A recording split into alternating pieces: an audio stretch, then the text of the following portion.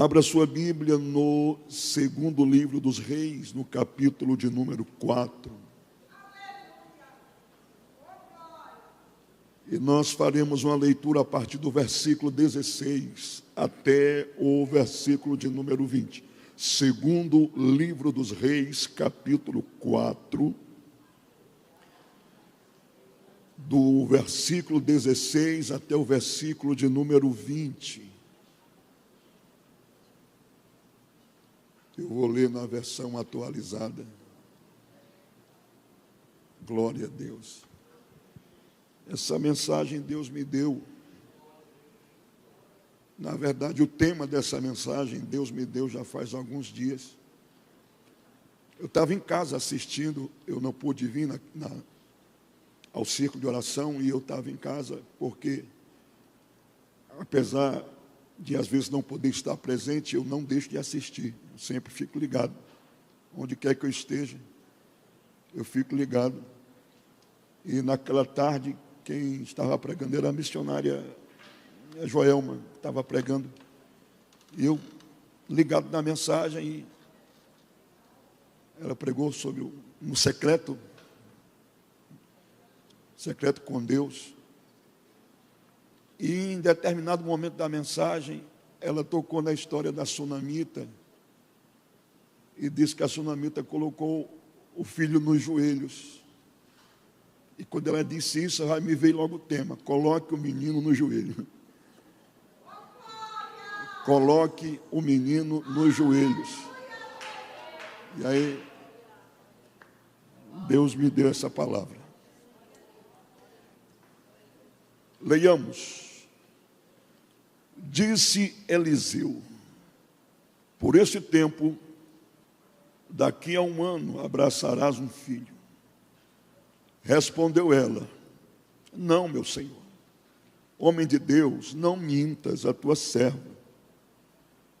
Mas a mulher concebeu e deu à luz a um filho no tempo determinado, no ano seguinte, como Eliseu havia dito. Tendo o filho crescido, certo dia saiu a ter com seu pai, que estava com os segadores. E disse o menino ao seu pai: ai, a minha cabeça, ai, a minha cabeça. Disse o pai dele a um moço: leva-o à sua mãe.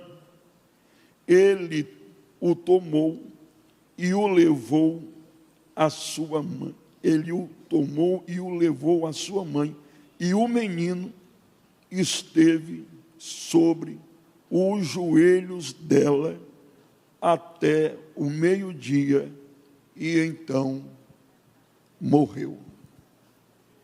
Ele o tomou e o levou à sua mãe. E o menino esteve sobre os joelhos dela até o meu dia, e então morreu. Eu vou pedir aos irmãos que me ajudem numa rápida oração. Se você puder, curve a sua cabeça, feche os seus olhos. Querido Senhor, é chegada a hora em que nós meditaremos em Tua Palavra. E eu preciso da Tua ajuda. Me conceda por Tua misericórdia, inspiração e rapidez de raciocínio, para que eu tenha condições de compartilhar com a Tua igreja essa porção tão preciosa da Tua Palavra.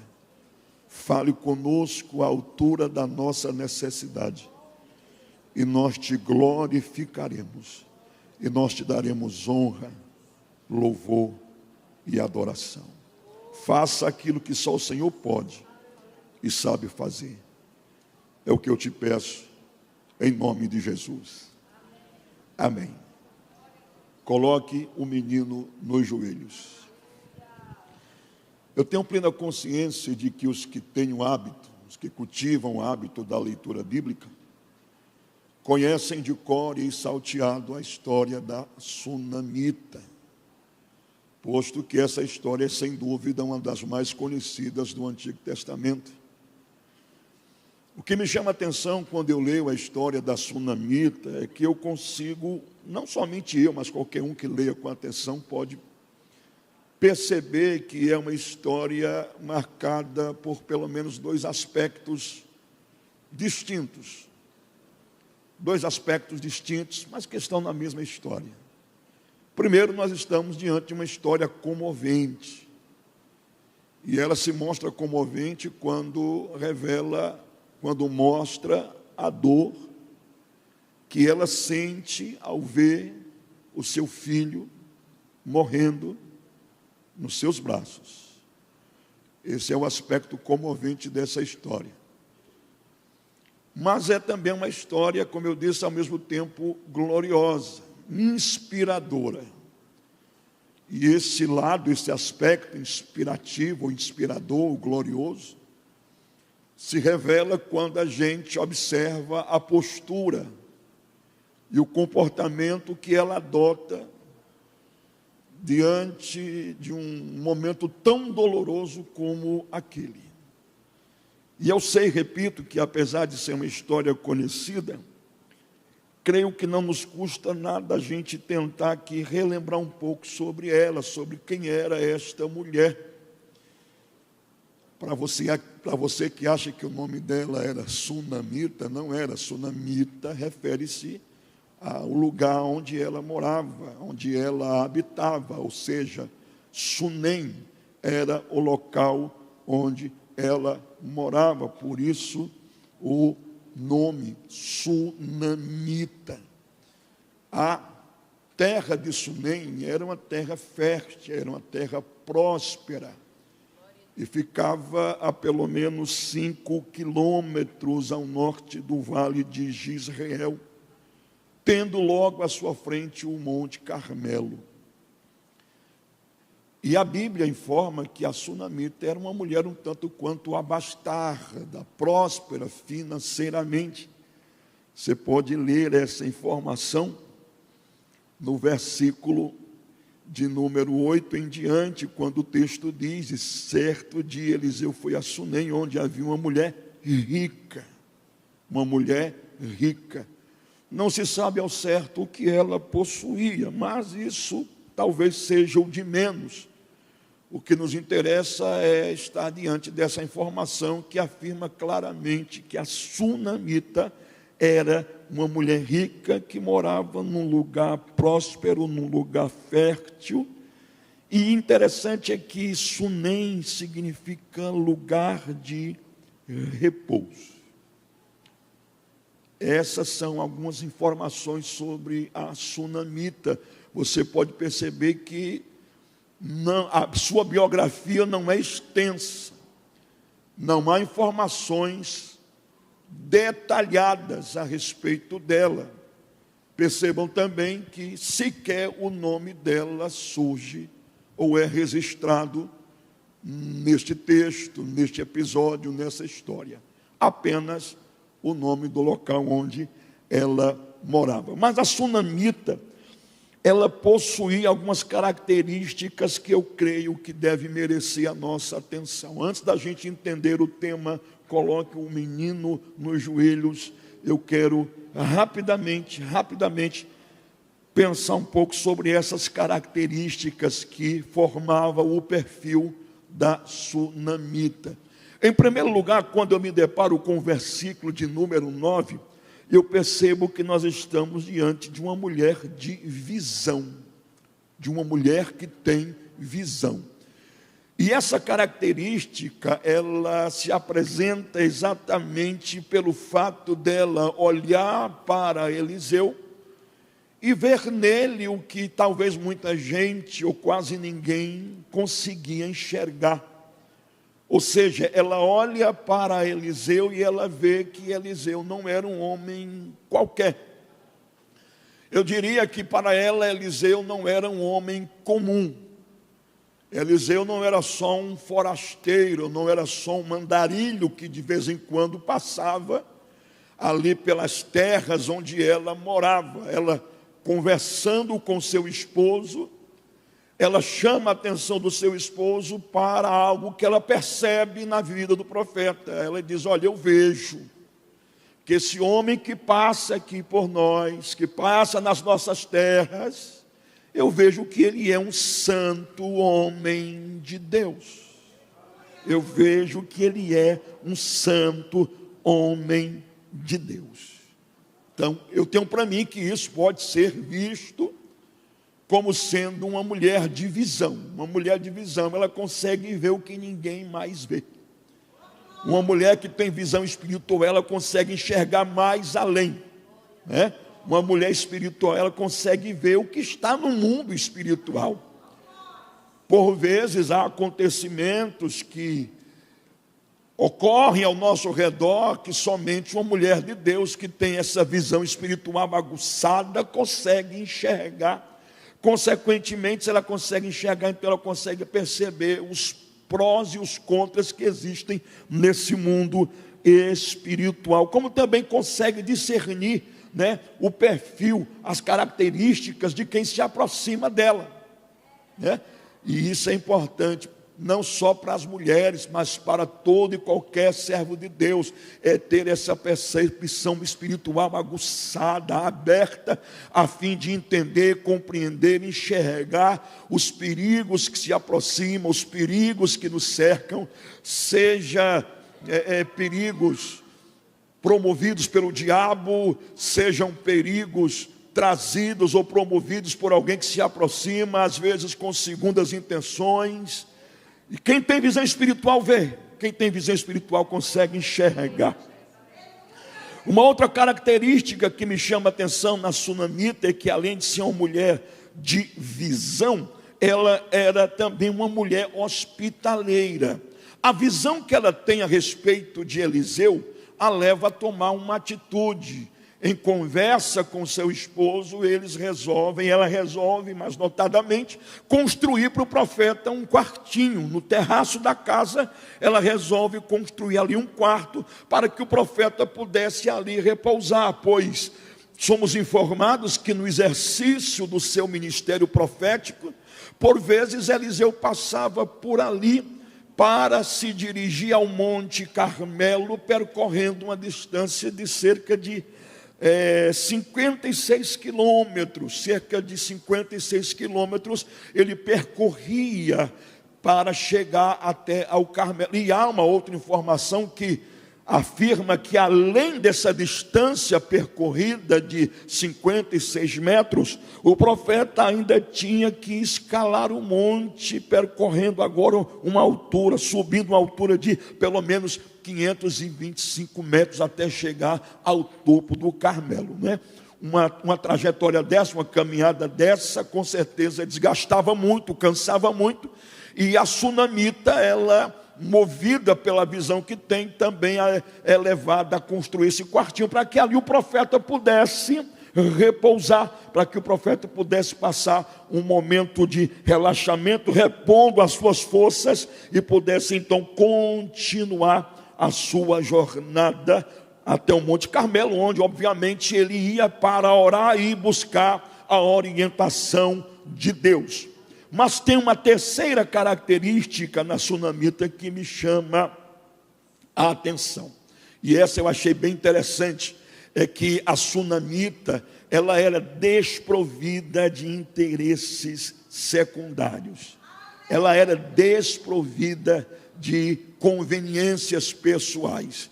Isso se vê pelo fato de que Eliseu, após algum tempo, depois de avaliar o modo como ela lhe tratava, tanto a ele quanto ao seu moço Eliseu se mostra interessado em, de alguma forma, recompensá-la pela generosidade, pela hospitalidade que ela lhe oferecia. De modo que Eliseu instrui a Geazi a perguntar a ela o que ela gostaria de ganhar, de receber como oferta, como recompensa, como gratidão por tudo o que ela havia feito. Se você puder, observe o que está escrito no versículo de número 13 do capítulo 4 de 2 Reis, versículo 13. Veja a orientação que o profeta dá ao moço, ao seu auxiliar, o Geazi. Este dissera ao seu moço: dize-lhe, eis que tu tens tratado com muita abnegação. Que se há de fazer por ti? Haverá alguma coisa de que se fale a teu favor ao rei ou ao comandante do exército? E ela respondeu assim: eu habito no meio do meu povo.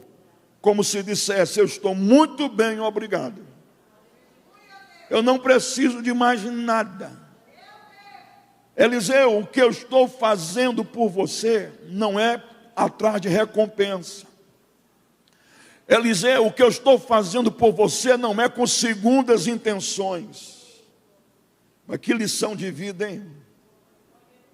Num mundo como o nosso, me permitam dizer, num mundo como o nosso, cheio de pessoas interesseiras, a sunamita vem e se apresenta como alguém que ajuda, que hospeda, que cuida, sem esperar nada de volta. E eu penso que nós de vez em quando precisamos revisitar essa história e ponderar, considerar essa característica, a fim de que possamos pedir a Deus que desenvolva em nós esse mesmo sentimento, porque, meu Deus do céu, quantos de nós, por vezes, somos cercados de pessoas assim, interesseiras, que se aproximam, que abraça, que coloca a mão no ombro e que estende a mão, só esperando receber alguma coisa, e depois que recebe, some, vai embora,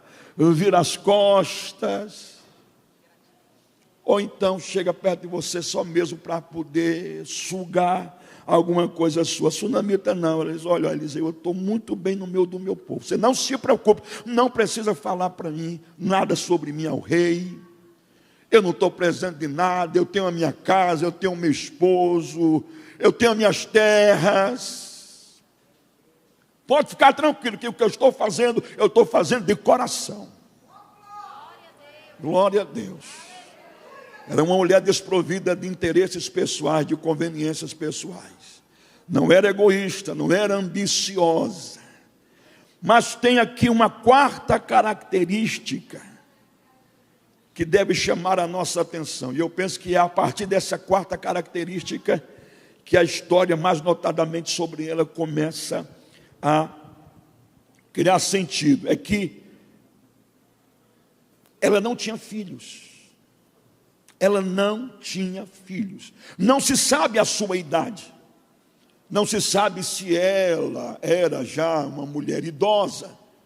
O seu esposo, sim. O seu esposo era idoso. Mas ela não se sabe a sua idade. Também não se sabe se ela era estéril, se era impedida de ter filhos. Se bem que a Bíblia vai dizer, vai nos informar que ela também não acalentava esse desejo. Ela não acalentava. Pelo menos é o que eu entendi quando eu li o versículo 28 deste mesmo capítulo. Ela chega para Eliseu e vai confrontar Eliseu no versículo 28. Eliseu, eu pedi algum filho? Eu não pedi. Então, quando eu me deparei com esse versículo, eu cheguei a essa conclusão de que ela não tinha filhos e que nem pensava em ter. Ela não acalentava esse desejo. Então, Eliseu, quando recebe do seu moço Geazi essa informação, porque ela diz: olha, eu estou muito bem no meio do meu povo, eu não preciso de nada. Mas o profeta queria, porque queria recompensá-la de alguma maneira. Então, ele ouve de Geazi a informação de que ela não tinha filhos e que o marido era idoso. E Eliseu deve ter pensado: o sonho de toda mulher é ter um filho. Estou dizendo que ele deve ter pensado. O sonho, principalmente naquela cultura, né? É ter um filho. Então, Geazi manda chamá-la aqui. Traz ela aqui. Aí ela vai. E quando ela está diante do profeta, ela recebe dele uma palavra profética de que seria mãe. Olha, você vai ser mãe. Mas nem ela mesma acreditava nessa possibilidade. Veja o versículo de número 16 do capítulo 4. Veja o que está escrito. Projeta aí para mim, versículo 16 desse mesmo capítulo. Disse-lhe o profeta: por este tempo, daqui a 1 ano, abraçarás um filho. E ela disse: não, meu senhor, homem de Deus, não mintas a tua serva. Não me iluda. Olha, não crie em mim expectativas. Não crie expectativas na minha vida. Por favor, não minta. Ela conhecia a sua própria realidade. Ela conhecia o esposo que tinha, já era idoso. E como eu disse, ela não acalentava esse sonho. Então ela disse: olha, por favor, não minta para a tua serva. Não minta, não minta. Mas o profeta era homem de Deus e o que ele falava, Deus assinava embaixo. É porque quando se tem intimidade, quando se tem comunhão com Deus, o que você fala, Deus vai lá e assina embaixo. Glória a Deus. Então, o que o profeta falou se cumpriu. Versículo 17. No versículo seguinte: e concebeu uma mulher e deu à luz a um filho no tempo determinado, quando fez 1 ano, segundo o que Eliseu havia dito. Bom, apesar de pensar com base no versículo 28, que ela não acalentava esse desejo de ser mãe, no entanto, quando ela concebe, logicamente que ela vai receber aquele menino de bom grado, como um presente, como uma bênção. E ela vai cuidar do menino. E agora imagina você, a sunamita, que não queria ter filho, que talvez não quisesse ter filho, que não sonhava em ter filho, que não acalentava o sonho de ser mãe, agora está com o menino nos braços, e ela vai cuidar, e ela vai investir no menino, ela vai fazer tudo que uma mãe faz por um filho que ama. O menino vai crescendo, vai crescendo, vai crescendo. Mas de repente, não se sabe se esse menino já tinha um problema de saúde. Esse menino sente uma dor. Ele sente uma dor de cabeça. Ele está lá com o pai no campo, junto com mais alguns empregados, mais alguns segadores. E de repente ele sente uma dor na cabeça. E ele diz: ai! Minha cabeça aí. O texto diz que ele dá esse grito 2 vezes: ai minha cabeça, ai minha cabeça. E o pai imediatamente fez o quê? Manda para a mãe. Eu fiquei pensando: mas por que esse pai não tomou providência? Mas é porque é sempre assim, né? Qualquer coisinha a mãe resolve.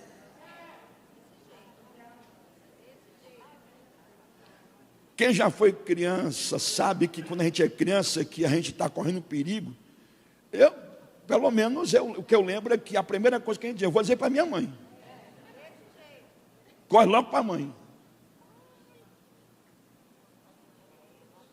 E aí o pai, que viu o menino gritando, mandou: leva para a mãe dele, que a mãe dele sabe o que fazer. Levaram o menino para a mãe dele. Ela abraçou o menino e colocou o menino nos joelhos.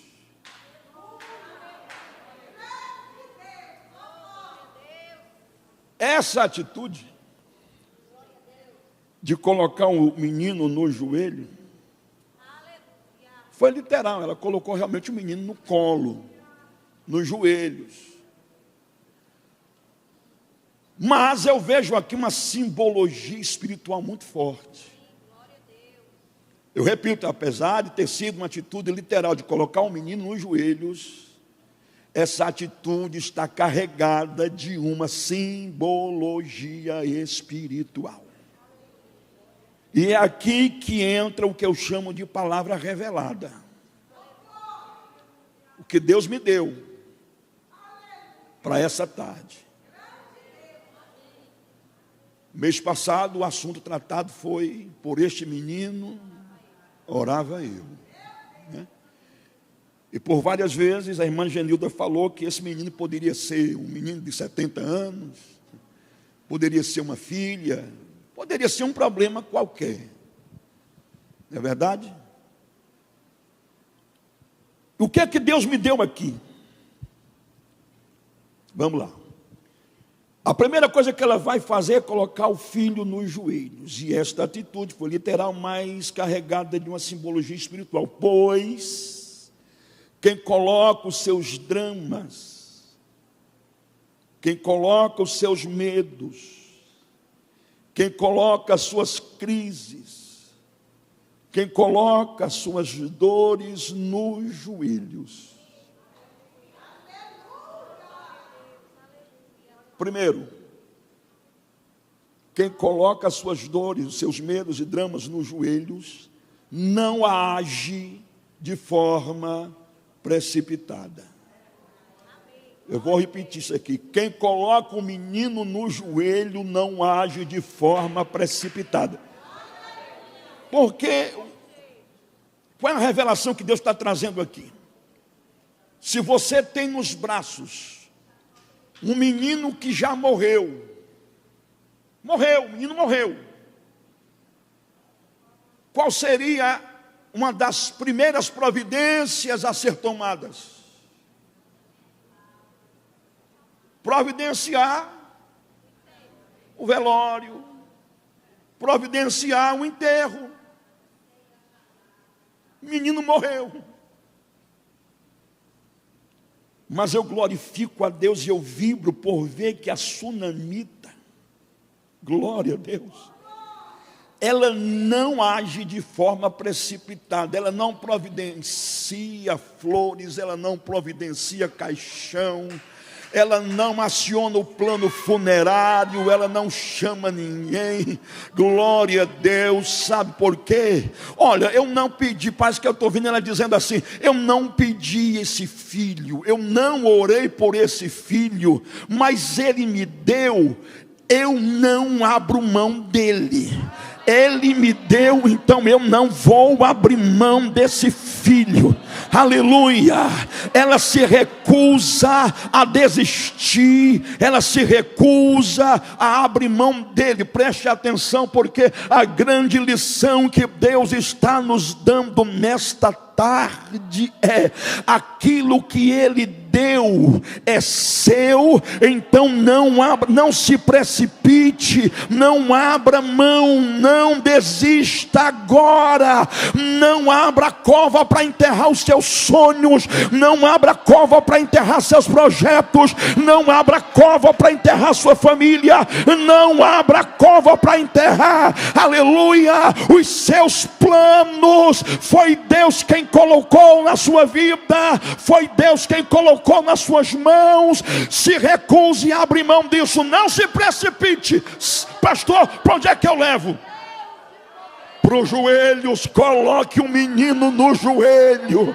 Você pode falar isso para quem está do seu lado. Coloque no joelho.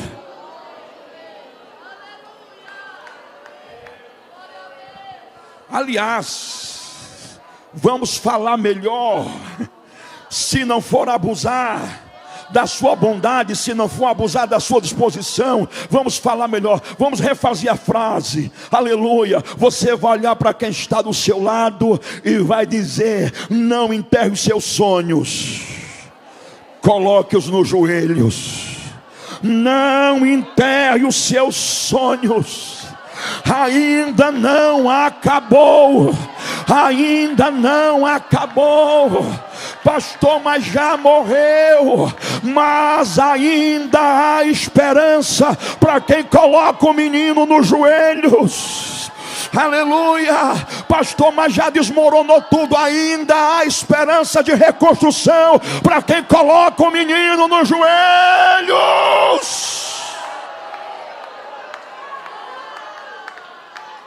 Aleluia. Aleluia.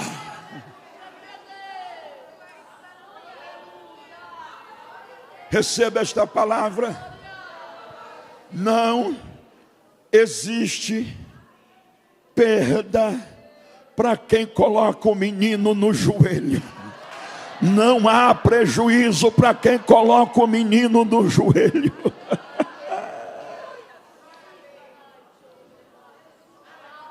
Você pode até estar sendo bombardeada na mente, no coração, porque Satanás é quem mais gosta de se aproveitar desses momentos. Morreu, acabou, enterra, desiste, abre mão.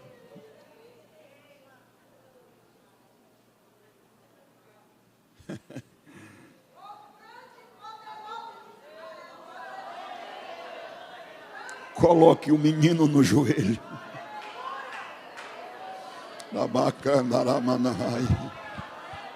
Aleluia, louvado seja Deus. Irmãos, eu estou sentindo a graça do Senhor aqui. Satanás não vai me fazer enterrar o que Deus me deu. Levante uma das mãos para os céus. Só quem acredita em palavra profética vai receber o que eu vou falar agora em nome de Deus. Satanás não vai fazer você enterrar aquilo que Deus lhe deu. Que Satanás, que o inferno tome conhecimento nesta tarde. Não vai ter enterro, não vai ter velório. Por quê, pastor? Porque eu já coloquei o menino no joelho. Que Satanás, o inferno saiba disso. O menino já está no joelho, então não vai ter enterro. Recua, Satanás. O que eu estou falando agora é profético, aleluia. Receba esta palavra, aleluia.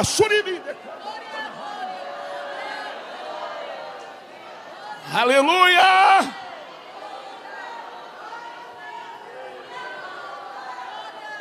Quem coloca o menino no joelho não age de forma precipitada. Segundo lugar,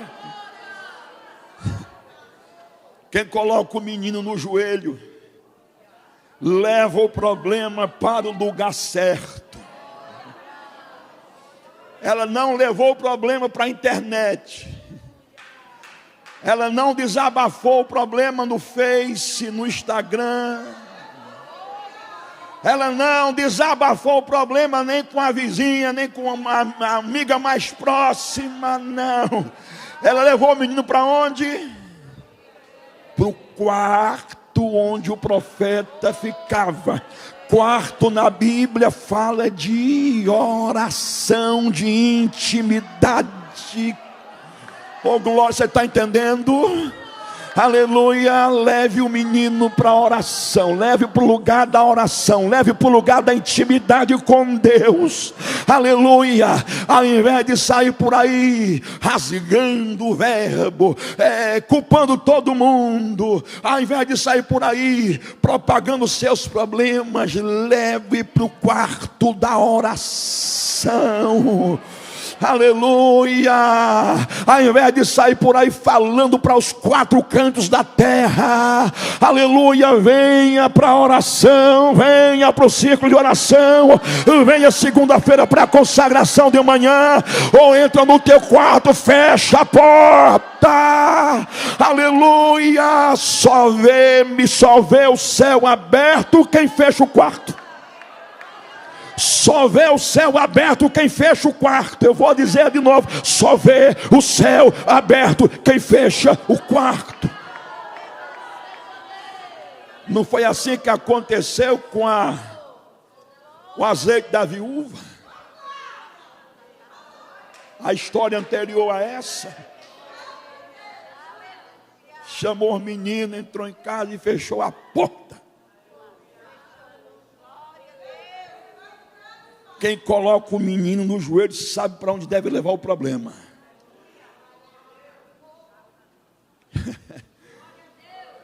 Eu tenho um outro pensamento a respeito disso.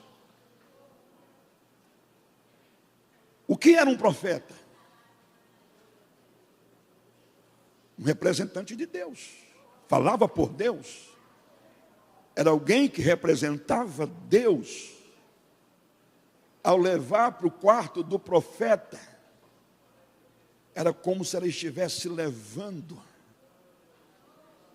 e apresentando o problema diante de Deus.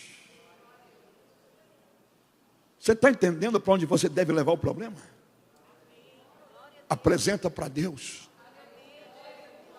Ninguém melhor do que Ele para entender, e ninguém mais do que Ele para resolver. Leva para Deus. Glória a Deus. Em terceiro lugar, quem coloca o menino nos joelhos, além de não agir de forma precipitada, além de levar para o lugar certo, quem coloca o menino no joelho, mantém o equilíbrio emocional. Por favor, coloca o versículo de número 26. Corre ao seu encontro e diz-lhe: vai tudo bem contigo, com teu marido, com o menino? Ela respondeu o quê?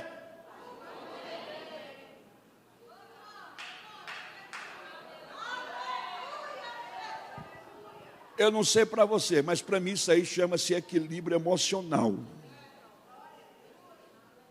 O menino estava morto, mas está tudo bem. O mundo está desabando, mas está tudo bem. O marido está doente, está tudo bem.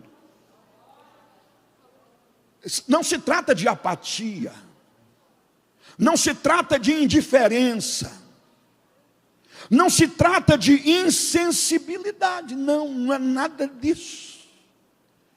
É a postura de quem sabe, de quem conhece, de quem confia, de quem sabe que o que recebeu veio de Deus.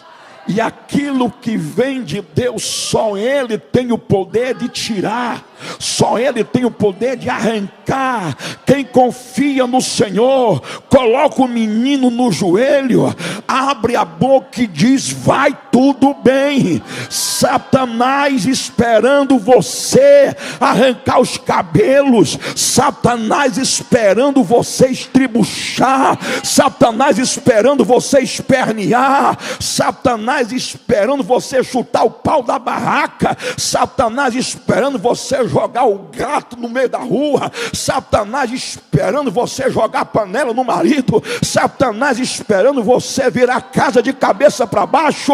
Mas você que colocou o menino no joelho está dizendo: vai tudo bem, vai tudo bem, vai tudo bem, vai tudo. Meu, quem recebe esta palavra, não perca o equilíbrio. Satanás quer ver isso, você se descabelando, se desesperando. Glória a Deus, glória a Deus. Eu vou fazer como Deus está me orientando, irmãos, porque há pessoas aqui precisando receber de Deus uma unção especial para te ajudar a manter o equilíbrio nessa luta que você está passando. Está difícil, eu sei que está difícil.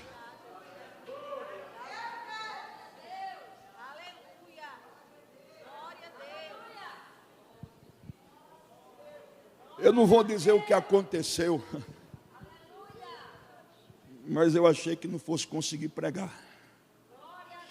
Por isso eu fiz aquela oração no começo.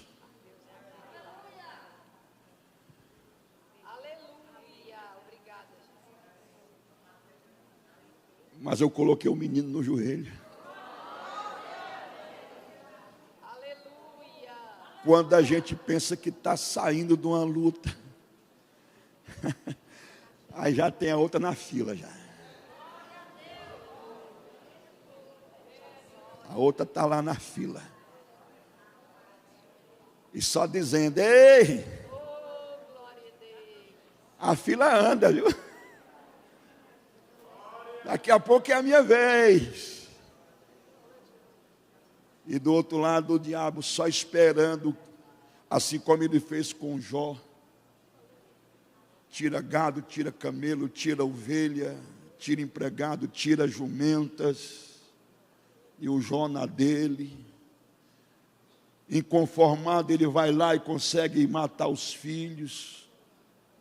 Jó perde 10 filhos de uma vez.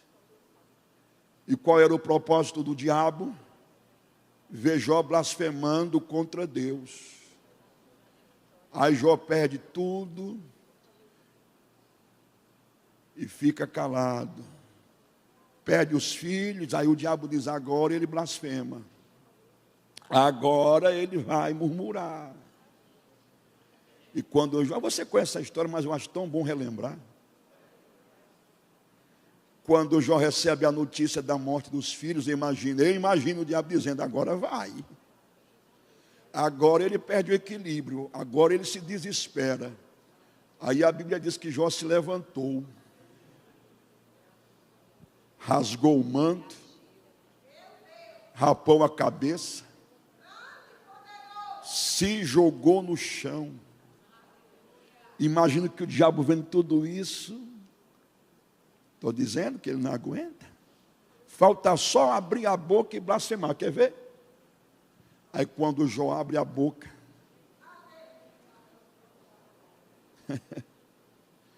primeira coisa que Jó faz é uma retrospectiva. Nu eu saí. Eu não tinha nada. Eu não era nada. Eu não tinha nome. Eu não tinha dignidade. E Ele me deu tudo.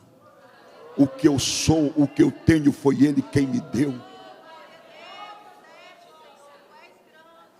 Segunda coisa, ele joga um olhar para o futuro e diz: e nu eu voltarei, não vou levar nada. Então não adianta se desesperar, porque quando eu morrer, eu não levo nada.